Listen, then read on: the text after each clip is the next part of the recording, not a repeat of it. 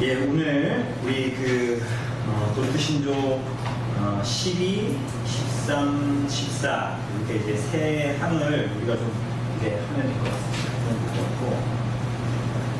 오늘 주요한 내용은 그 12, 13, 14항 요 제목만 봐도 딱 이제 알 수 있는데요. 뭐냐면 선택의 확신을 얘기합니다. 선택의 확신. 아르미니우스 주의자들은 선택을 확신할 수 있다고 그랬습니까? 없다고 그랬습니까? 네? 선택을 확신할 수가 없다.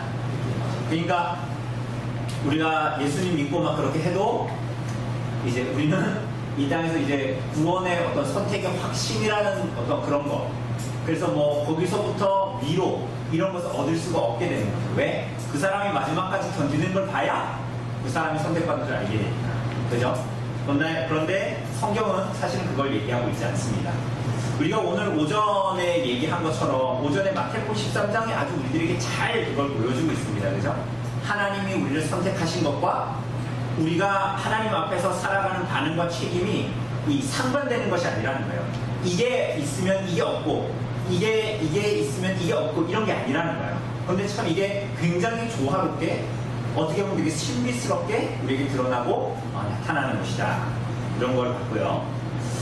그리고 우리가 그 마태복음 13장의 말미에서 본 것처럼 참으로 선택받은 사람들은 그 교리에 대해서 받을 때 이게 논리적인 수순과 우리들의 지성으로 다 이해되어져서 논리적인 단계가 맞춰져서 받아들이는 부분도 있지만 그것보다는 하나님께서 우리에게 주신 믿음 때문에 그것을 받아들이게 됩니다. 예를 들면 삼위일체 교리, 그죠? 삼위일체 교리도 보면 삼위일체 교리는 우리들의 이성이나 어떤 논리적인 수순으로는 맞지가 않죠. 그렇지 않습니까? 옛날에 영심이 노래도 우리 전에 얘기했잖아요. 하나면 하나님 둘이겠느냐, 둘이면 둘이지, 셋이겠느냐, 셋이면 셋이지, 넷은 아니요. 그런 노래 있잖아요. 그러니까 우리는 세 명 있으면 셋이고 하나가 있으면 하나지, 셋이 하나일 수는 없잖아요. 근데 하나님은 그 동일한 신성을 동일하게 가지고 계시고 윗격이 세 분이신 분으로 존재하신다. 그런 내용들을 우리가 성경의 선포로 받아들이지만 그게 사실은 어떤 면은 우리가 그 존재를 이해할 수 있기 때문에 받는 건 아니지요. 그렇지 않습니까?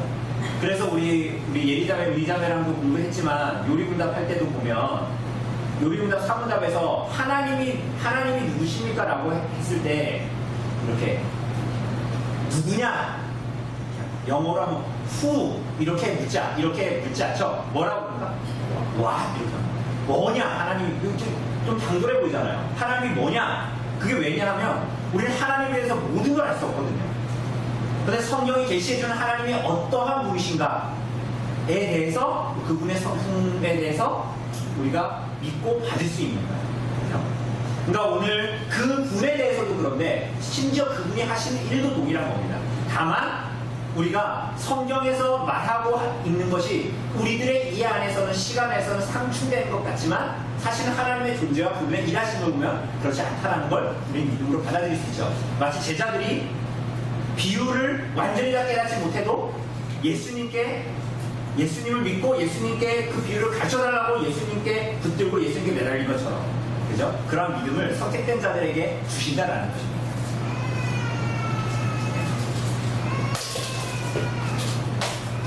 이언니가 요즘 많이 봅니다. 내 생각이에요. 자, 우선은 우리 12항부터 한번 읽어보고 시작하면 좋겠습니다. 12항, 우리 승리형자분 읽어주세요. 선택의 확신. 택함받은 사람들은 각자 다양한 단계를 거치고 확신의 정도에서도 차이를 두기는 하지만 하나님께서 정하실 때에 자신들을 구원에 이르게 하는 영원하고 변하지 않는 선택을 자신들이 받았다는 것을 확신하게 된다. 선택에 대한 이러한 확신은 감추어져 있고 하나님에 대한 깊은 지식과 하나님께 하시는 유일한 일을 호기심 어린 마음으로 해물어서 얻게 된 것이 아니다.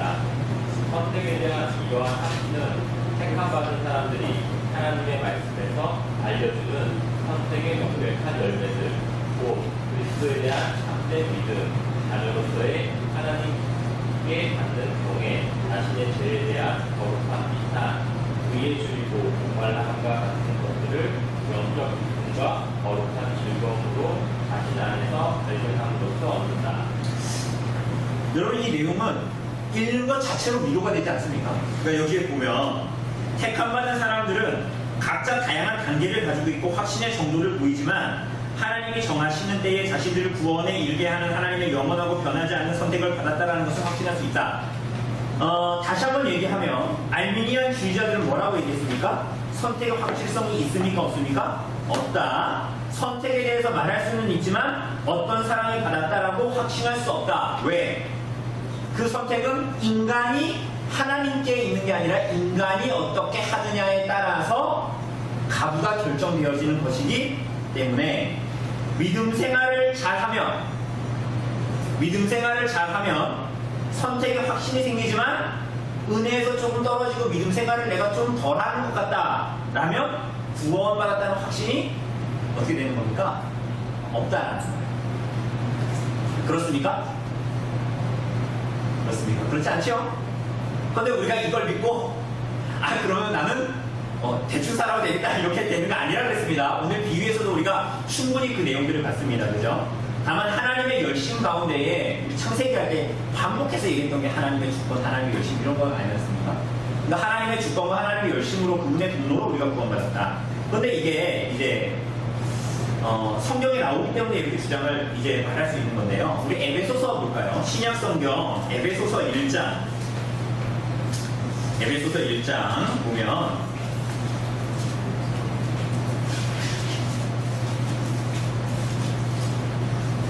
1장 4절 5절 보면 신약 성경 310쪽에 있습니다. 310쪽에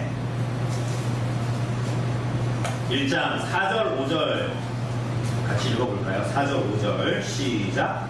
곧 창세전에 그리스도 안에서 우리를 택하사 우리로 사랑 안에서 그 앞에 거룩하고 흠이 없게 하시려고 기쁘신 대로 우리를 예정하사 예수 그리스도로 말미암아 자기의 아들들이 되게 하셨으니 라고 이야기합니다.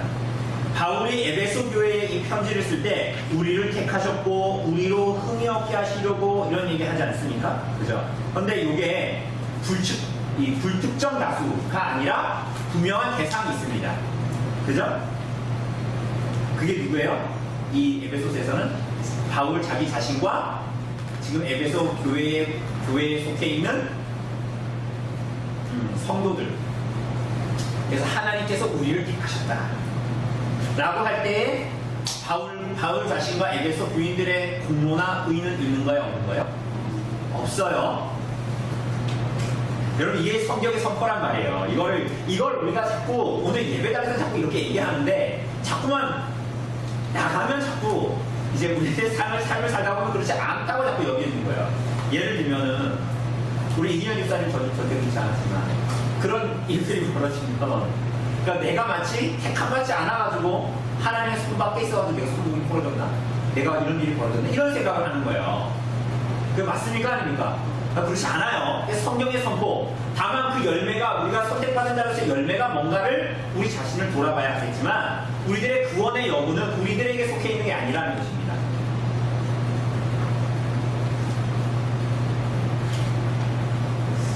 하나 더 보죠. 우리 로마서 봅시다. 그 앞에 책에 보면 로마서 8장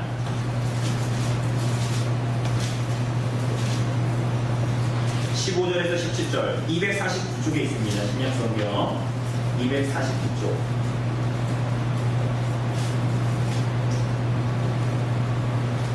249쪽에 보면 15절에서 17절 같이 읽어봅시다. 8장 15절에서 17절 시작. 너희는 다시 무서워하는 종의 영을 받지 아니하고 양자의 영을 받았으므로 우리가 아빠 아버지라고 부르짖느니라.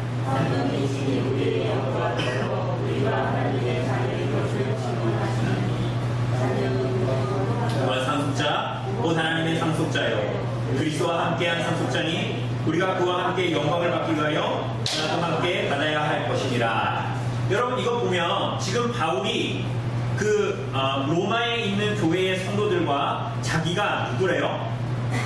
하나님의 자녀고 하나님의 상속자고 그런 얘기 하지 않습니까? 그래서 하나님을 뭐라 불러요? 아빠 아버지라고 부르짖습니다. 그죠? 그런데 이게 맞을 수도 있고 아닐 수도 있다 얘기해요. 16절에 보면 성령이 친히 우리의 영과 더불어 우리가 하나님의 자녀인 것을 증언하신다. 그런 면으로 봤을 때 바울과 로마 교회 교인들이 믿는 하나님과 여러분과 제가 믿는 하나님이 같아요, 달라요? 달라요? 같죠? 이들이 증언한 것이 바로 우리도 고백할 수 있는 이 선택의 확증이라는 거예요. 그러니까 우리도 그 확증 안에 거할 수 있다. 이들에게 하나님 아버지이신 분이 오늘 우리들도 동일한 하나님을 믿고 고백하는 모든 자들에게 동일한 고백, 흔들리지 않는 고백이다. 왜? 그 고백이 성경에 기록되어져 있으니까 라고 이야기할 수가 있습니다. 자, 어떻게 확신할 수 있습니까? 이 선택의 확신을 어떻게 가질 수가 있죠? 가질 수 있다면서요. 그럼 어떻게 가질 수가 있어요?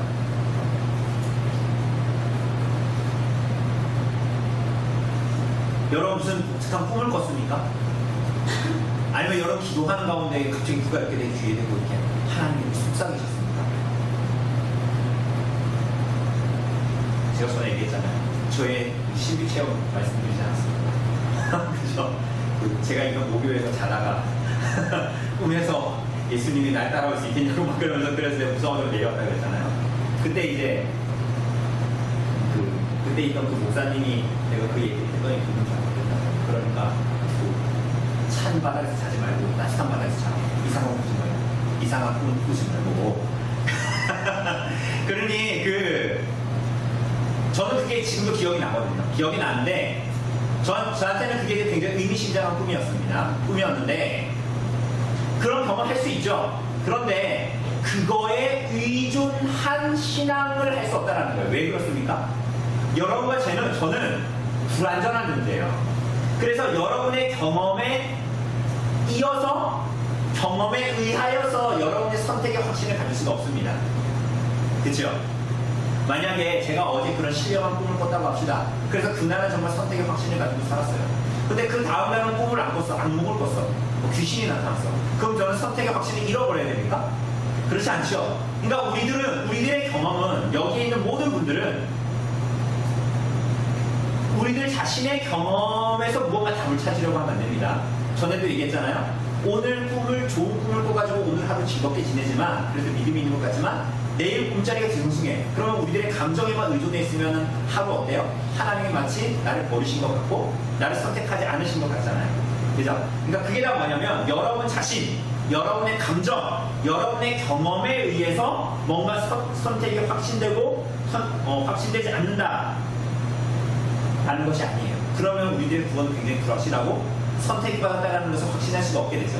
오히려 사탄은 그런 걸 사용해요. 그러니까 여러분이 뭐 신비체험 이런 거를 여러분이 사용합니다. 그래서 오늘 오전에 본 것처럼 오는 사자와 같이 두루 찾으며 돌아다니면서 여러분의 믿음을 먹기를 원해요. 여러분의 믿음을 잃어버리기를 원하죠. 데살로니가 후서 찾아볼까요? 신약 성경 데살로니가 후서 2장 9절. 데살로니가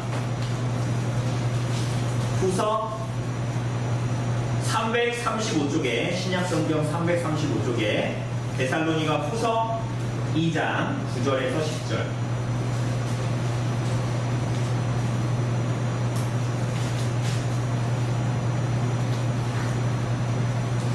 데살로니가 후서 2장 9절에서 10절 같이 읽읍시다. 시작. 악한 자의 나타남은 사탄의 활동을 따라 모든 능력과 표적과 거짓 기적과 우리의 모든 속임으로 멸망하는 자들에게 있으리니 이는 그들이 진리의 사랑을 받지 아니하여 구원함을 받지 못함이라. 사탄이 이용해요. 뭘 이용해요? 사탄의 활동을 따라 모든 능력과 표적과 거짓 기적들이 나타나는. 여러분 귀신도 일을 하죠? 귀신도 이적을 보일 수 있죠? 전에 말씀드린 대로 어떤 이단 구역 모임 갔는데 그 모인 사람들 몇 날 몇 시에 니네들 형광등 봐라 그러면 내가 나타날 것이다 하고 딱 봤는데 그 목사 얼굴이 형광등에 나타난다 그러잖아요. 근데 그게 파워포인트 이런 거로 빔으로 쏜 게 아니라 정말로 그 모든 사람들이 본 거죠. 근데 그 사람들이 보면은 그 목사 이 제임주와 같이 안 모실 수 있겠습니까?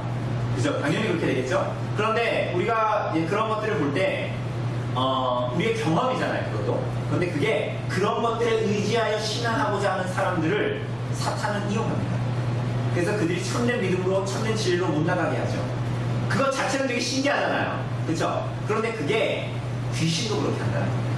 귀신도 그런 일을 할 수 있어요. 그러니까 우리들의 경험, 우리들의 생각, 우리들의 어떠한 거기에 의해서 우리는 선택을 가질 수 없고 선택의 확신을 가질 수도 없다. 여러분 그렇다면 우리가 여러분과 제가 하나님께 속했다는 건 뭘 할 수 있습니까?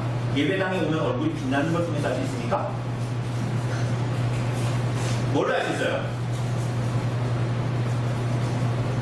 뭘로 할 수 있습니까? 오늘 오전에도 봤어요. 뭘로 할 수 있을까요?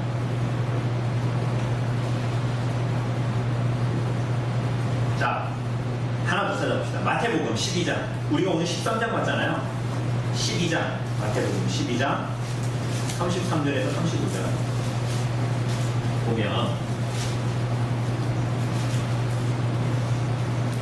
33절만 읽으면 될 것 같네요. 12장 33절 시작. 나무도 좋고 열매도 좋다 하든지 나무도 좋지 않고 열매도 좋지 않다 하든지 하라. 뭐라고요? 열매로 나무를 알아요. 이따가 더 구체적인 것들을 보겠지만 여러분 만약에 우리 형제 이름이 종민 형제예요. 김종민이에요. 근데 순수해 보이죠. 순수한 마음을 가지면 어때요? 그 사람의 입에서 나오는 말이 뭐예요? 순수한 말이 나와요. 우리 그 책에서 우리 같이 봤던 사랑으로 말하는 진리도 비슷한 얘기를 하잖아요. 그런데 이 사람이 속이 마음이 더러워. 그러면 무슨 말을 하게 돼요? 더러운 말을 하게 돼요. 여러분 이거 되게 중요해요. 우리가 입을 가지고 있죠. 그리고 야고보서에서도 우리가 계속 얘기했듯이 이 입이 굉장히 중요하죠. 그래서 시편에 나오는 하나님의 백성들이 내가 하나님을 찬양합니다. 내 입으로 하나님을 찬양합니다. 이건 굉장히 중요한 얘기예요. 그 말 자체가. 우리는 그냥 뭐 찬양 뭐 똑같은 뭐 찬양한다고요. 그렇지만 그렇지 않아요. 여러분 입으로 나오는 것은 그 사람의 속에 뭐가 있는지 얘기해요. 그 사람이 부지불식 중에 음란한 말을 하는 것은 그 사람의 마음에 음란하고 더러운 것이 있기 때문에 그 얘기를 하는 거예요. 그죠? 그 사람이 선한 것을 가지고 있으면 그런 사상과 그런 말이 안 나오는 거예요. 마음에 가득한 것으로 입에 말한다. 이렇게 얘기해요. 근데 이건 지금 제가 듣기 좋은 말을 하고 세상에서 말하는 듣기 좋은 교양적인 말을 하는 것이 아니라 그게 성경의 진리로 그렇게 말하는 것입니다.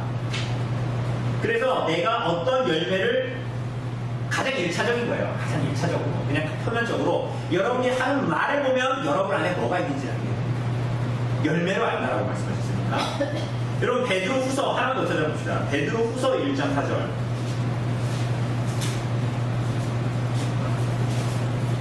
베드로 후서 1장 4절 보면 1장 4절 봅시다. 1장 4절 385페이지 4절 1장 4절 시작. 이로써 그 보배롭고 지극히 큰 약속을 우리에게 주사 이 약속으로 말미암아 너희가 정욕 때문에 세상에서 썩어질 것을 피하여 신성한 성품에 참여하는 자가 되게 하려 하나님께서 큰 약속으로 말미암아 우리를 하나님의 성품에 참여하는 자 되게 되었다는 거예요. 그러니까 우리를 구원하시고 선택하셨다는 거죠. 그 다음에 무슨 얘기를 해야 될까요? 여러분 근데 그 다음에 우리가 원하는 얘기가 안 나와요. 뭐라고 나오냐면 5절부터 뭘 얘기합니까? 그러므로 너희가 선택받았기 때문에 너희가 신령한 신성한 성품에 참여하는 자 되기 때문에 어떻게 하여? 더욱 힘써 너희 믿음의 덕을, 덕의 지식을, 지식의 절제의 인내를, 인내의 경건을, 경건의 형제의회를, 형제의회의 사랑을 더하라 이렇게 얘기하죠. 이러한 것들을 열심히 추구하라. 왜냐하면 너희들의 삶에 나타나는 믿음의 열매가 너희가 어디에 속한 자인지 말할 것이다. 그러니까 우리가 선택받는 게 어떻게 알아요? 나 오늘 어제 꿈 꿨는데요. 나 어제 되게 신령한 기도하다가 누가 내 귀에 말했어요. 내가 환상을 봤어요. 내가 기도를 하다가 기도하고 일어났는데 어느덧 5시간이 지났네요. 나 선택받았나 봐요. 이게 아니라 그 사람이 선택받는 확신은 어떻게 할 수 있어요? 그 사람이 어떻게 사는지 그 사람의 삶에 어떤 열매가 맺히는가를 보면 알 수 있어요. 그 사람이 형제를 사랑하는가, 그 사람이 교회를 사랑하는가, 여기 나와 있는 대로 그 사람이 경건하려고 하는가, 그 사람이 믿음으로 싸우면서 인내하려고 하는가, 이런 것들을 보면 알 수 있다는 거예요. 그 사람이 선택받았는지 아닌지를. 그러니까 여러분도 자기가 선택받았는지 안 하는지를 어떻게 확신할 수 있어요? 열매를 알 수 있어요. 여러분 잘 보세요. 우리 종민 형제랑 우리 예비자들랑 9월에 결혼합니다. 9월에 결혼하는데 그러면 종민 형제가 예리 자매를 사랑한다는 걸 어떻게 알 수 있습니까? 예리 자매가 예를 들면 종민 형제한테 손편지를 이제 결혼하잖아. 우리가 막 그런 거 썼다고 합시다. 그래가지고 연애 편지 써가지고 사랑의 편지를 딱 줬다고 합시다. 응? 그럼 그 상대방이 또 어떻게 해야 돼요? 종민 형제가 딱 받아서 종민 형제가 예리 자매를 사랑한다는 걸 어떻게 할 수 있습니까? 그러니까 자기야 앞으로 나쁜 거 먹지 말고 건강해야 돼. 운동도 열심히 하고 그래서 행복하게 살자. 그러면 그렇게 써 있으면 어떻게 해야 돼요? 종민 형제가 뭐 되도 않는 말을 해. 그냥 늦게 자고 막 야식 먹고 막 그냥 뭐 운동 안 하고 그냥 그렇게 살래. 이러면은 예리 자매를 사랑하는 걸까요? 아니죠. 그 사람의 편지를 어떻게 대하는가를 알면 이 종민 형제가 예리 자매를 어떻게 사랑하는지를 알겠죠. 그러니까 이건 당연한 거잖아요. 그죠? 마찬가지로 주님을 사랑한다면 그 선택을 받았다면 그 확신을 갖고 어떻게 살아야 될까요? 이게 정말이라면 어떻게 살아야 될까요? 밥 먹으러 외식하는 1시간을 쓸지언정 내게 1시간밖에 안 남았으면 밥 먹으러 1시간을 가는 것보다는 뭘 선택하는 거야? 내가 오늘 말씀 못 읽었는데 앞으로도 시간이 없는데 차라리 그렇지 않겠습니까? 하나님 말씀을 내가 1시간 동안 밥을 즐기면서 먹을 수 있지만 아니야 그 시간 20분만 밥 먹고 40분 성경을 읽도록 노력해봐야지. 이렇게 되지 않겠습니까? 그죠? 우리 한 번을 그래서 예수님께서 죽으신 그 죽음만 조금만 묵상해도 마음이 막 감동이 돼. 나를 보면 내가 참 그래가지고 그렇게 그분의 핏값으로 산 내 인생을 너무 비참하게 사는 것 같고 허탄하게 사는 것 같고 그런 마음이 들지 않겠어요? 그죠? 그게 믿음의 확신을 선택에 대한 확신을 갖게 되는 거예요. 오전에 얘기했던 것처럼 여러분 잘 생각해 보세요. 오늘 설교를 잘 생각해 보세요. 집에 가서도 할 수만 있으면 다시 한번 들어보세요. 여러분들 죄 가운데 여러분이 죄를 기뻐하십니까? 죄를 저항하십니까? 그걸 잘 생각해 보란 말이에요. 여러분이 죄를 지었을 때 그것 때문에 여러분들이 괴롭습니까? 아니면 무감각합니까? 그게 여러분들 마음속에 지금 열매가 맺히고 있는가 안 맺히고 있는가를 보여주는 거예요. 여러분들이 죄를 지면 막 불편해. 아니면 죄를 지는 게 무감각합니다. 내가 죄를 기뻐하는가? 죄를 저항하는가? 하나님은 유기된 자에게 마음속에 역사하지 않습니다. 그죠? 그거 아주 잘 기억하셔야 됩니다. 그래서 선택받았는지 어떻게 하셨어요? 어떻게 할 수 있습니까? 내가 열매를 아는데 이제 옆 사람의 열매를 알 수 없어요. 여러분 나를 누가 제일 잘 알아요? 하나님이 잘 아시죠? 하나님 다음으로 누가 제일 잘 알아요?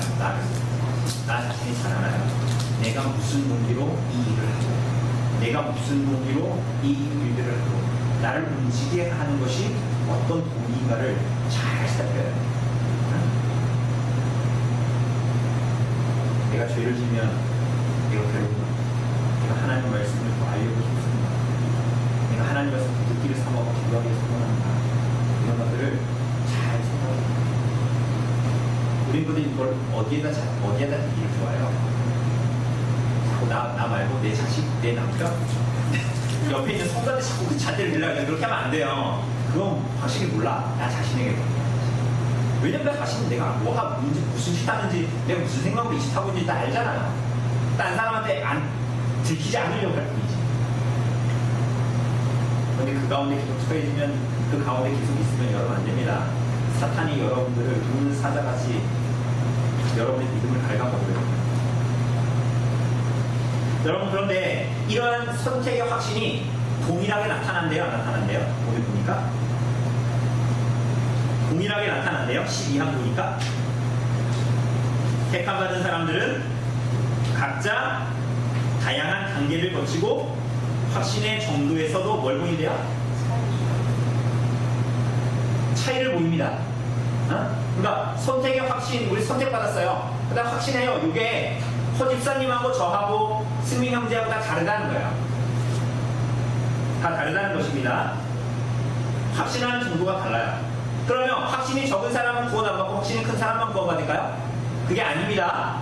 여러분 어떤 사람들은 그리스도 안에서 아버지와 같은 사람들이 있어요. 여러분 그리스도 안에서 아버지와 같은 사람들이 되어야 됩니다. 여러분 장성해야 돼요. 그리스도 안에 계속 있는데 지금 제가 나이를 얘기하는 게 아니에요. 그리스도 안에서 어린아이와 같은 사람으로 계속 머물러 있으면 안 돼요. 장성해야 된다. 그런데 어쨌거나 저쨌거나 교회 안에서는 뭐예요? 그리스도 안에서 아버지와 같이 어떤 사람들을 품고 용서하고 사랑할 수 있는 사람이 있는 반면 어떤 사람은 그리스도 안에서 아직 깐난장이 같은 사람들도 있죠. 그죠? 우리가 자식들 키울 때도 자식들이 철없는 행동에도 아버지 어머니가 받아줘야 되죠. 어떤 때는. 그래요? 그렇잖아요. 그리스도 안에서도 마찬가지예요. 교회에서도 여러분들이 다 저의 마음을 흡족하게 하신다고 생각하십니까? 어떤 분들은 저를 굉장히 마음을 힘들게 해요. 아니, 항상 그렇다는 게 아닙니다. 그럼 어떻게 해야 됩니까? 어떻게 해야 될까요? 그리스도 안에서 제가 그렇다는 게 아니라 여러분이 그리스도 안에서 성숙한 자들이 성숙하지 않은 자가 그렇게 할 때 어떻게 해야 돼요? 같이 싸워야 돼요. 그럼 깐난쟁이처럼 깐난쟁이들은 우리 나단이 여기가 서로 싸우는 거랑 비슷한 거예요. 어떻게 해야 돼요? 그리스도 안에서는 부모가 있고 그리스도 안에서 어린아이가 있어요.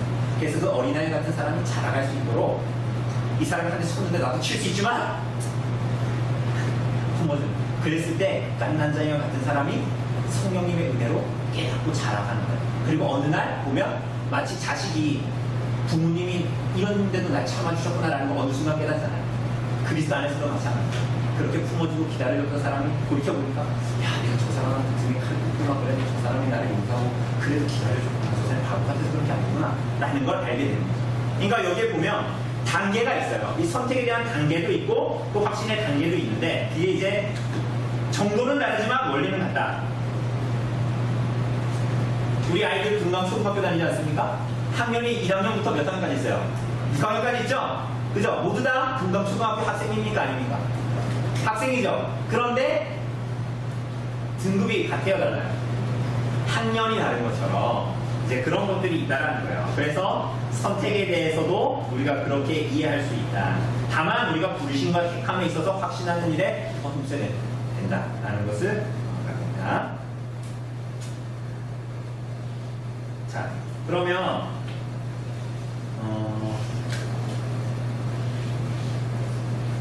여러분들이 여러분의 삶에서 이 맺는 좀 열매가 완전할 수 있습니까? 완전할 수 없죠? 네, 미숙하기도 하고 좀 이제 어린 그런 열매들을 우리들 삶에서 이제 맺게 됩니다. 그리고 어쨌거나 확신하게 된다라고 얘기했을 때 이 확신하게 된다라는 것은 송 집사님은 되게 긍정적인 마인드를 가지고 있어서 내가 확신합니다 이렇게 할 수 있고 저같이 수동적이고 약간 이렇게 이제 좀 소극적인 사람은 확신이 좀 의심스럽네 이렇게 되는 게 아니라 확신하게 된다라고 했을 때 이 확신은 어디에서부터 오는 거예요? 네, 그러니까 우리 안에서 확신도 우리 안에서 나오는 건 아니고 하나님께서 허락해 주셔야 되어지는 것입니다. 그죠? 근데 다만 그 열매들을 우리가 보면서 알 수 있다. 증거를 삼을 수 있다. 이 정도를 얘기하는 것입니다. 그렇죠? 그래서 보면은 그 열매들이 뭡니까? 선택의 명백한 열매들이 아래 보니까 그리스도에 대한 참된 믿음이라고 했습니다. 그리스도에 대한 믿음이 아닙니다. 참된 믿음이라고 했어요. 참된 믿음이면 반대로 뭐가 있다는 거예요? 거짓된 믿음도 있다는 거예요. 우리가 오늘 오전에 봤잖아요. 그런 것도 있어요. 그런데 선택의 명백한 열매가 뭐냐? 그리스도에 대한 참된 믿음이다. 또 뭐예요? 자녀로서 하나님께 갖는 하나님 아버지께 갖는 경외가 하나님을 높이고 이러는 거. 그리고 또 뭡니까? 자신의 죄에 대한 거룩함. 그러니까 슬픈 거예요. 슬픈 거. 내가 죄 때문에 너무 탄식이 되는 거야. 내가 하나님을 믿는데 내가 또 저 사람한테 이런 짓을 하고 내가 저 사람에서 또 이런 말을 했고 내가 저 사람에서 또 이런 마음을 가졌고 내가 이 사람을 살아가면서 또 이런 죄를 짓고 그 죄에 대한 어떤 내 마음에 드는 죄를 미워하고 증오하는 그리고 그것 때문에 슬픈 또 뭐예요? 의에 줄이고 목말라 하고 하나님의 뜻이 나의 삶 가운데 이루어지기를 바라고 뭐 이런 것들이 우리 안에 이제 발견되어져야 한다는 것을 말합니다. 자, 14만 한번 읽어볼까요? 우리 송집사님 한번 읽어주실래요? 13번 확신은 억지를 갖지 이런 성격을 깨달아 알고 확신하는 것은 하나님의 자녀들로 하여금 매일 하나님 앞에서 겸손하게 하고 하나님을 헤아릴 수 없이 깊은 자비하심을 자녀하게 하고 자신들을 깨끗하게 하고 그들에게 먼저 그토록 큰 사랑을 보여주신 하나님께 뜨거운 사랑으로 감사하게 하는데 하는 더 큰 동기가 된다. 따라서 선택 교리를 가르치고 묵상하는뒤 하나님의 자녀들로 하여금 하나님의 계명에 순종하는데 해이하게 하거나 육적인 자기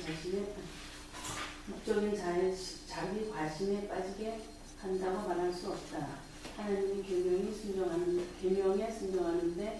해이하게 하거나 육적인 자기 과심에 빠지게 하는 흔히 하나님의 공의로우신 심판에 따라 분별 없이 선택의 은혜를 받았다고 여기거나 택선 받은 사람들이 걷는 길을 발휘하지 않고 선택의 은혜를 유익하고 뻔뻔하게 이해하게 하는 사람들에게 일어난다. 네. 아르미니스 주의자들은 이렇게 얘기한 거예요. 자, 당신이 선택에 대한 확신을 가지고 있다라고 하면 이 사람이 어떻게 될 거라는 거예요? 여러분이 선택받았다라는 확신을 갖게 되면 당신의 삶을 당신이 어떻게 살 거라는 거예요. 이제 나는 선택받았으니까 내 마음대로 살겠다라는 생각을 할 거라는 거예요. 아르미니스 주의자들의 주장이에요, 이게. 응? 그죠? 그래서 이 사람들은 성경의 교리에 대한 것들을 부정하고 선택의 확신을 마지막까지 알 수 없다. 이렇게 해버리면 어떻게 되는 거예요?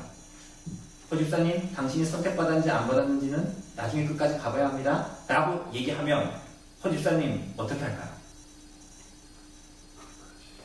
매일마다 막 그것 때문에 열심히 막 살겠죠. 겉으로 봤을 때는 와, 그 사람들이 믿음으로 열심히 살려가네 이렇게 생각하겠죠. 그러나 그게 성경의 가르침은 아니라는 거예요. 그러니까 아르미니스주의자들은 이런 거예요. 선택의 확신을 저 사람이 가지면 저 사람은 게으르게 살아야 거야. 하나님 말씀대로 안 살아가고 어차피 난 선택받았으니까 그냥 그렇게 내 마음대로 살 거다라고 생각했던 거예요. 그래서 이런 주장을 하는데 오늘 본문을 보면 오늘 우리가 읽은 14망을 보면 그렇게 된다 안 된다? 참으로 선택받아 확신하는 사람은 계명에 순종하는데 해이해지거나 육적인 자기과신에 빠지지 않는다. 참으로 선택을 알고 참으로 어떻게 선택했는지를 알고 확신하는 사람은 어떻게 된대요? 보니까 어떻게 된대요? 두 번째 줄부터 나오잖아요. 겸손하죠. 왜? 내가 하나님께 자랑할 게 없으니까. 내가 어떻게 선택받았는지 아니까. 또 뭐라 그래요? 하나님이 헤아릴 수 없는 깊이 자비하심을 어떻게 한다? 그걸 높이는 거예요. 내 입으로 내가 이전까지는 하나님 욕하고 이웃 사람들 욕하고 나한테 뭐 그렇게 뭐 나쁘게 하는 사람 욕하고 그랬는데 이제 그 입으로 뭐 한다라는 거예요? 그거 안 하고 하나님 찬양하는 하나님 높이는 거예요. 또 뭐 합니까? 자신을 이제 깨끗하게 하고 어떻게 깨끗해요? 맨날 샤워한다는 얘기예요? 아니죠. 하나님 우리 마음을 하나님 앞에 정결하게 하는 거예요. 하나님의 말씀 앞에. 그리고 그 다음에 뭡니까? 그들에게 먼저 그렇게 큰 사랑을 보여주신 하나님께 뜨거운 사랑으로 감사하며 반응하는 큰 동기가 되지 오히려 선택의 확신이라는 것이. 그죠? 그렇게 얘기합니다. 더 열심내고 선택받았다는 게 더 열심내고 하나님께 더 감사하는 조건이 된다는 거예요. 그죠? 그런데 만약에 이 교리를 받으면서 그렇지 않게 살아가는 사람들, 아까 얘기했듯이 도덕적으로 나 선택받았어 하면서 도덕적으로 해이하게 하나님 말씀에 해이하게 살아가고 자기 과신의 육적인 자기 과신에 빠져서 죄를 지고 사는 사람들은 어떻게 된대요? 27쪽에 보니까 세 번째 줄 보니까 뭐래요? 하나님의 공의로운 자유. 여러분 이거 중요합니다. 여러분 선택받았다고 얘기하면서 그렇게 사는 사람들은 사실은 어디에 처해지는 사람들이에요? 하나님의 심판에 처해진 사람들이에요. 이거 굉장히 무서운 얘기입니다. 자기가 구원받았다고 얘기하고 그리스도의 십자가를 안다고 얘기하지만 선택받았다고 얘기하지만 그래가지고 내가 오히려 죄를 지면서 살아간다? 죄에 더 거하겠다? 죄가 사해졌으니까 그런 사람들은 하나님의 심판에 들어가게 됩니다. 그래서 어떻게 된대요? 분별 없이 선택의 은혜를 받았다라고 여기고 택함받은 사람들이 걷는 길을 가려하지 않고 그러면서 선택의 은혜를 무익하고 뻔뻔하게 이야기한다. 그 사람들은. 그런데 그 사람들은 이미 그거 자체가 그 사람의 마음 상태가 벌써 하나님의 심판 가운데 들어갔다는 걸 보여주는 열매다. 이렇게. 그래서 여러분 나눠드린 종이, 오늘 작은 종이 보면 하이델베르크 요리문답 있죠? 하이델베르크 요리문답 보면 63문답이 있습니다. 거기서 뭐라 그래요? 예, 있으시죠? 예, 거기에 보면 이런 가르침, 우리에게 공로가 없다라는, 하나님께만 공로가 있다라는 가르침은 사람들을 무관심하고 사악하게 만들지 않습니까? 라고 물어보죠. 그러니까 뭐라 그래요? 아닙니다. 참된 믿음으로 그리스도에게 사람들이 감사의 열매를 맺지 않는 것은 불가능합니다. 그렇죠.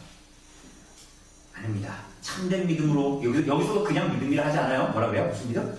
참된 믿음이에요. 참된 믿음으로 그리스도에게 접붙임 받은 사람들은 감사 열매를 안 맺을래야 안 맺을 수가 없습니다.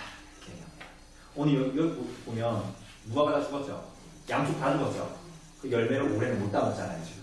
제가 죽인 게 아닙니다. 그거 얼어 죽었어요. 응? 열매를 왜 못 맺습니까? 지난 겨울에 얼어 죽었어요. 죽은 나무에서는 열매를 딸 수가 없습니다. 그렇지만 살아있는 거, 어? 여기 블루베리 맨 끝에 있는 거 살아가지고 열매를 맺죠. 쟤는 왜 열매를 맺어요? 살아있는 거예요. 어? 일반계시적으로 안 맺을래야 안 맺을 수가 없다. 이렇게 얘기합니다. 그런데 위선자들이 있어요, 없어요? 위선자들. 그럼에도 불구하고 위선자들은 있습니다. 여러분, 항상 자기가 위선자가 아닌지 돌아봐야 돼요. 내가 교회에 직분도 있고 교회 오래 다녔고 사람들에게 심지어 존경을 받기도 하지만 때로는 그게 참된 열매로 드러나지 않는 것이 있거든요. 그러니까 마치 위선적이고 입을 열면 사실은 중상노력하고 거짓말하지만 교회에서는 내가 머문다. 그러니까 그런 건 이제 위선을 하는 거거든요. 하여튼 그런 내용들을 우리가 좀 볼 수가 있습니다. 그래서 죄에 대한 슬픔을 받습니다. 그죠? 여러분, 여기서 죄에 대한 슬픔은 그냥 후회 아닙니다. 후회. 그죠? 후회랑 이 회개랑은 달라요. 후회의 감정은 들 수 있죠. 그쵸? 그렇지만 거기서 멈추는 게 아니라 회개입니다. 고치는 겁니다. 시편 51편에서 바세바를 간음하고 우리아를 죽이고 나서 나단 선지자를 통해서 하나님의 말씀을 듣고 다윗이 한 게 뭡니까? 후회가 아니에요. 후회는 뭐예요? 후회하고 나서 끝나고 또 하고 그런 게 후회예요. 회개는 뭐예요? 고치는 거예요. 돌이키는 거예요. 거기서. 그러니까 우리가 술 먹고 난장을 피는 사람이 그래놓고 그 다음날에 자기 자식이나 와이프한테 미안해, 내가 어제 술이 너무 진탕 취해가지고 내가 의사불성이었어 이렇게 얘기하지만 후회하죠. 그러고 나서 또 하죠. 그건 뭐예요? 그거는 회개가 아니에요. 후회하는 거예요. 후회는 다 해요. 후회는 다 한단 말이에요. 근데 그거 회개의 열매가 아니에요. 그래서 10편에 51편에 보면 다윗의 이러한 기도, 그리고 뭐예요? 삭개오는 어떻게 했습니까? 예수께서 오셔서 죄를 깨닫고 나서 어떻게 합니까? 회개해서 어떻게 회개했습니까? 제가 토색한 거 몇 배로 갚고 재산 절반을 나눠서 가난한 자들에게 주고 뭐 이런 일들을 하잖아요. 회개입니다. 회개. 그래서 나 자신을 봐야 돼. 내가 위선자가 아닌가? 내가 거짓된 안정을 추구하고 있는가? 여러분, 위선자들은 거짓된 안정을 추구하는 거거든요. 심지어 스스로를 속이기도 해요. 그래가지고 죽을 때까지도 내가 하나님의 나라 천국 간다라고 스스로 자위할 수 있어요. 근데 이게 뭐예요? 참된 평안이 아니라 거짓된 평안이에요. 그러니까 사람이 자기를 마비시킬 수도 있어요. 자기의 마음을. 계속 그걸 자기 스스로 마비시키는 거지. 그러니까 나는 난 구원받았다고 생각하는 거야. 교회 가도 다니고 나름의 합리적인 이유들을 막 갖다 붙이는 거야. 그래가지고 내 일어나는 양심을 계속 잠재워. 나는 평안해. 나는 구원받았어. 이렇게. 그런데 실제로 살아가는 열매는 그렇지 않음에도 불구하고 인간이 어쩔 수 없이 난 그래도 괜찮아.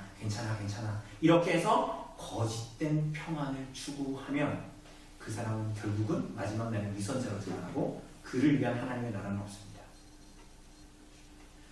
자, 14항입니다. 선택을 계속해서 가르쳐야 된다는 거예요. 예, 우리 허집사님 한번 읽어주실래요? 하나님의 지극히 지혜로우신 계획을 따라 구약과 신약시대의 선지자들과 사도들이 누구보다 그리스도께서 직접 하나님의 선택 계획에 관한 이러한 가르침을 선포하셨다. 이어서 하나님께서는 이 가르침들이 성경에 기록되게 하셨다. 따라서 오늘날에도 이러한 가르침을 선포하도록 특별히 세우신 하나님의 교회 안에서 신중하게 경건하게 거룩한 방법으로 적절할 때의 장소에 이 하나님의 선택 교리를 가르쳐야 한다. 이때 지극히 높으신 하나님의 생각과 이를 호기심 어린 마음으로 캐물는 태도는 해서는 안 된다. 우리는 하나님의 선택 교리를 하나님의 지극히 거룩한 이름으로 영광을 돌리고 하나님의 백성들에게는 살아있는 인도를 주기 위해 가르쳐야 한다. 네, 이렇게 이제 이야기를 하고 있습니다. 그래서 이 선택 교리를 이제 가르쳐야 되는가의 문제입니다. 왜냐하면 이 선택 교리 가르치면 오늘 제가 오전에 설교할 때 얘기했듯이 어떤 성도님처럼 이렇게 질문하거든요. 볼트 신조 배우니까 더 헷갈리는데요. 아르미니우스 주장이 더 성경보다 맞는 것 같고 볼트 신조의 내용보다 맞는 것 같은데요. 이런 내용을 할 수 있거든요. 그러면 가르치지 말아야 될까요? 가르치라고 성경이 얘기하는 거예요. 왜냐하면 이게 성경의 계시기 때문에 그래요. 여러분, 아브라함이 믿음의 조상이죠? 맞습니까? 그러니까 아브라함이 믿음의 조상이 되기 위해서 하나님을 선택했습니까? 하나님께서 아브라함을 선택했습니다. 하나님이 아브라함을 선택하셨습니다. 모세가 이스라엘의 지도자가 되고 싶어가지고 하나님께 요청했습니까? 하나님께서 모세를 택하셨습니까? 하나님이 모세를 택하셨습니다. 그죠? 이런 내용들만 봐도 이 선택의 교리를 가르치는 것. 그래서 선택의 교리를 가르치는 것은 교회의 의무입니다. 그러니까 교회의 말씀을 맡은 자의 의무이기도 하고 동시에 말씀을 받는 하나님의 자녀들의 의무이기도 합니다. 뭐를 열심히 배워요? 이 오늘 보면서 얘기하는 하나님께서 우리를 주권적으로 선택하셨다는 얘기. 이런 얘기 왜 할까요? 이런 얘기 안 하면 더 여러분들에게 일반 사람들에게 더 와닿거든요. 뭐 하나님의 선택이 아니라 너네들이 열심히 해봐. 너네 열심히 공로 쌓으면 너네 선택된다.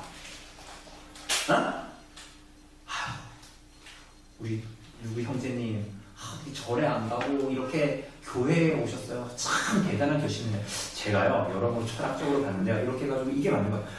참 똑똑하시네요. 당신은 참 그런 선한 마음을 가지고 있어가지고 교회를 찾아오죠. 대단하세요. 이러면 어때요? 사람들을 자꾸 공중에 띄우죠. 그게 맞아요? 그냥 바보 같은 짓을 하는 거예요. 교회가 자꾸만. 이게 얼마나 어리석은 일인지 몰라요. 교회에서는 오직 하나님과 그리스도의 영광만이 나타나고 그 성경이 증언하기 때문에 인간이 어떤 존재라는 계속 말하는데 자꾸만 뭘 하고 싶은 거예요? 세상을 따라가려는 거짓 복음을 자꾸 뭘 해요? 누구를 올리고 싶어요? 목사님 잘하고 장로님, 집사님 잘하고 성도님 다 잘하시네. 아니 칭찬하고 격려해줄 수는 있죠. 근데 그게 그 사람의 어떠함이 아니잖아요. 그거를 얘기하고 있는 거예요. 그래서 선택의 교리를 공부할수록 선택의 교리, 성의 교리를 알면 알수록 하나님을 높이게 되는 거예요. 그래서 보면 뭐라 그래요? 마지막에 이걸 공부하는 동기가 뭐가 되어야 된다고요? 우리는 이 하나님의 선택 교리를 맨 마지막 줄에 하나님의 지극히 거룩한 이름에 영광을 돌리는 교리란 말이에요. 이 선택의 교리는 여러분께 영광 돌리는 교리가 아닙니다. 그죠? 여러분은 죄인들일 뿐이에요. 여러분들에는 아무 공로가 없어요. 여러분들은 선택받을 만한 자격 조건이 없단 말이에요. 그죠? 그럼 누가 선택하신 거예요? 하나님이 선택하셨다라는 거예요. 하나님이 기쁘신 뜻대로. 그래 누구에게 영광을 돌립니까? 이 선택의 교리는 하나님께만 영광을 돌리는 거예요. 뿐만이 아니라 어제 다르고 오늘 다르고 바람만 보면 흔들리는 갈대 같은 인생들에게 뭘 주시는 거예요? 이 선택의 교리는 위로를 주십니다. 그죠? 막 불안한 게 아니라 위로를 주세요. 왜? 우리가 선택한 게 아니라 하나님이 우리를 선택하셨어요. 내가 조금만 피곤하면 내가 선택 안 받은 것 같고 내가 조금만 몸 다치면 내가 하나님 날 버린 것 같은 이 인간의 나약한 마음. 그죠? 그래서 절망하고 그게 아니라 거기에 우리의 선택이 달려있는 것이 아니라 하나님께. 그래서 이 선택의 교리는 우리에게 위로가 됩니다. 하나님 위로죠. 아브라함 같은 자를 선택하시고 모세와 같은 자들을 선택하시고 다윗과 같은 자들을 선택하시고 이게 바로 선택의 교리가 주는 확신에 대한 내용입니다. 그래서 12, 13, 14한 우리가 함께 봤고요. 다음 주에 이제 유기교리, 유기에 대한 교리 나옵니다. 신자의 자녀가 죽었을 때 이 아이가 구원받을까요? 우리 이엘이 태어난 지 3일 만에 수술했잖아요. 그리고 이후로도 계속 수술했잖아요. 이럴 때도 이 도리가 굉장히 저한테 위로가 되고 힘이 됐습니다. 그리고 이 성령의 선포가 굉장히 이 그 어려운 시간을 헤쳐나가는데 하나님의 섭리를 믿고 이해할 수 있게 됐어요. 신대의 자녀들이 유아기 때 죽어도 다음 시간에 이래야 이제 다음 시간 막 기대되죠? 하나님의 자녀들에게 주신 자녀는 하나님의 소망의 사람입니다. 그들의 어떠하면 달리 그 아이가 자라가지고 하나님께 헌금을 하고 이렇게 해서 그 아이가 구원받는 자격 조건이 되는 게 아니라 세례를 받고 그게 그 아이의 그 세례는 도장일 뿐이잖아요. 그걸로 구원받는 게 아니라 하나님께서 택한 자녀를 하나님을 믿는 가정에 허락하시는 거예요. 그런 면으로 봤을 때 믿는 자의 가정에 태어나는 아이는 내 아이입니까? 하나님의 아이입니까? 하나님의 아이입니다. 그럼 하나님의 아이는 난 손놓고 있을까요? 하나님이 다 알아서 하시니까? 오늘 오전 설교랑도 아주 긴밀하게 연결되는 겁니다. 그럴 수 없어요.